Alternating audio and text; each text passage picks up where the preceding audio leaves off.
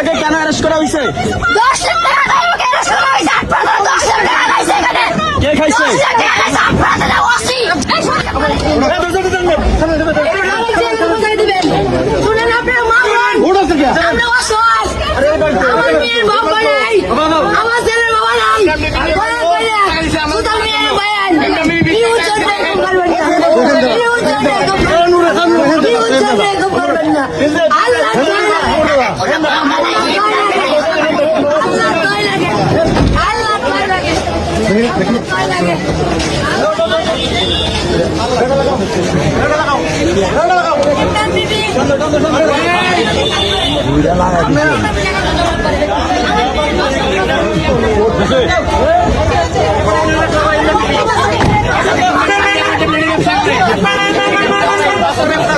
TikToker প্রিয়া খান ও তার মাকে নিয়ে যাচ্ছে পুলিশ।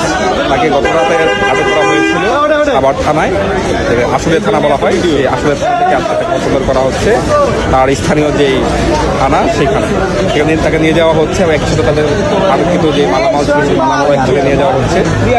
তাদের বিষয়ে গতকাল জানা গেছে যে তার মা তিনি আসলে মামলাবাজ, তিনি 24-এরও বেশি মামে এই ধরনের কাজকর্ম করেন বলেই আশপাশের মানুষজন বলছিলেন এবং একই সাথে তার পাড়া প্রতিবেশীরাও অভিযোগ দিচ্ছিলেন যে তারা আসলে এখানে উশৃঙ্খল জীবনযাপন করে। একই সাথে মা এবং মেয়ে আসলে তাদের অপকর্মের আসলে শেষ হয়। একই সাথে পুলিশ তাদেরকে আটক করেছিলেন কারণ জনতা তাদেরকে আটকিয়েছিল, কারণ তাদের দাবি যে তারা আসলে মাদকদ্রব্য বহন করছে এবং বিভিন্ন উদ্দেশ্যে তারা বের হয়েছে।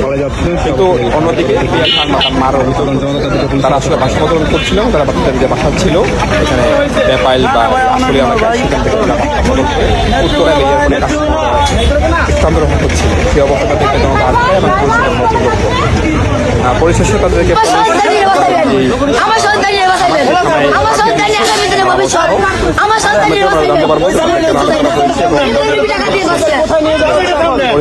কোন পর্যায়ে আমরা জানি না।